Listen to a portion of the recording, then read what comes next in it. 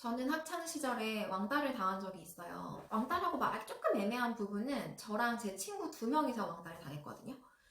전교생 친구들이 이제 저희 둘을 왕따를 시킨 거죠. 우리가 왕따를 시킨 건가?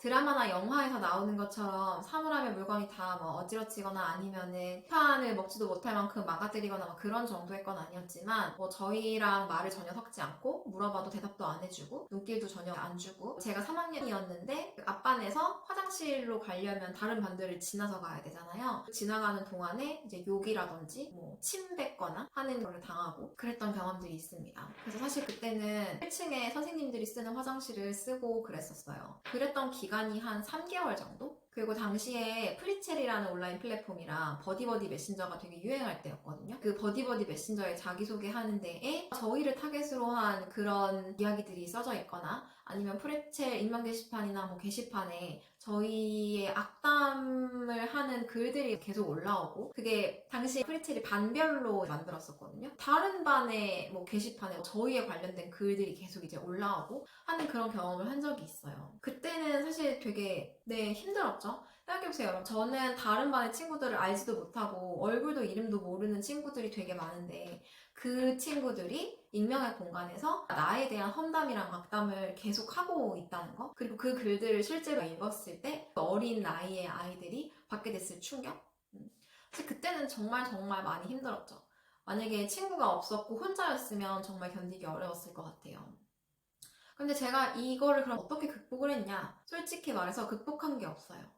저는 이 경험을 통해서 인생에 피가 새고 살이 되는 두 가지 교훈을 얻었거든요. 첫 번째, 사람들은 남의 일에 생각보다 관심이 없다. 왕따가 1학기 때 시작이 되었고 한 3개월 정도 갔었어요. 그리고 여름방학이 시작이 되고 40 며칠 정도 되는 여름방학을 마치고 2학기가 되어서 학교로 돌아왔죠. 저는 학교에 너무 가기 싫어가지고 전날 밤에 진짜 이불 뒤집어 쓰고 울면서 학교를 갔거든요. 그런데 너무 이상하게 학교를 딱 갔는데 마치 아무 일도 없었던 것처럼 모두가 평온한 거예요. 저와 제 친구를 바라보던 그런 모든 시선이 다 사라진 거죠.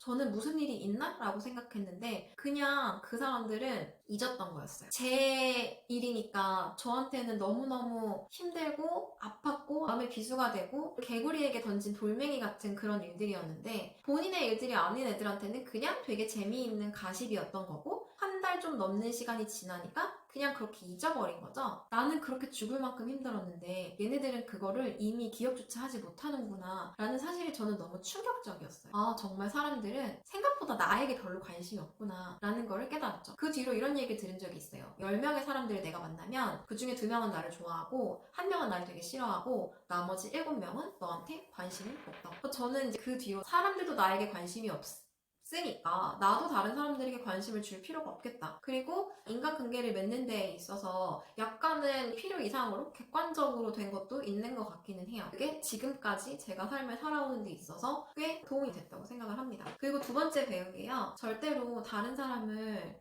들려오는 이야기만으로 확실하게 증명되지 않은 이야기로 판단하지 말자. 왜냐면 제가 그렇게 판단을 받고 너무너무 아프고 힘들었었으니까. 한 번도 저랑 이야기를 나눠본 적 없는 친구가 그런 가십들을 듣고서 저를 그런 사람으로 판단한다는 게 저는 그게 너무 힘들었거든요. 그래서 저는 연예인들이 얼마나 힘들까라는 생각이 들어요. 우리는 그 사람들이랑 사실 실제로 한 번도 만나본 적도 없고 연예인들의 어떤 그런 막 가십이 되는 이야기들의 그 뒷뒤에 정말 더 많은 이야기들이 있을 거잖아요. 그런 걸 하나도 모르면서 그냥 기사나 사진 같은 거 그런 모습들에 이렇군 저렇군 사람들이 많은 이야기를 한다는 거, 그게 당하는 사람은 사실 굉장히 힘들거든요. 예전에 어떤 연예인이 자기는 인터넷에 달린 댓글을 안 본다라고 했던 게 기억이 나는데 아, 저게 정답일 수 있겠구나 라는 생각이 들었어요. 그 당시에는 엄청 힘들었지만 사실 그것도 지금의 저에게는 피가 되고 살이 되는 교훈으로 남아있기는 합니다. 뭐 지금도 사실 저 힘들어요. 이런저런 일들 되게 많이 있어서 힘든데 이 시간도 나중에 지나고 보면 뭔가 배우는 게 있을 거다라고 생각하면서 하루하루 지내는 거거든요.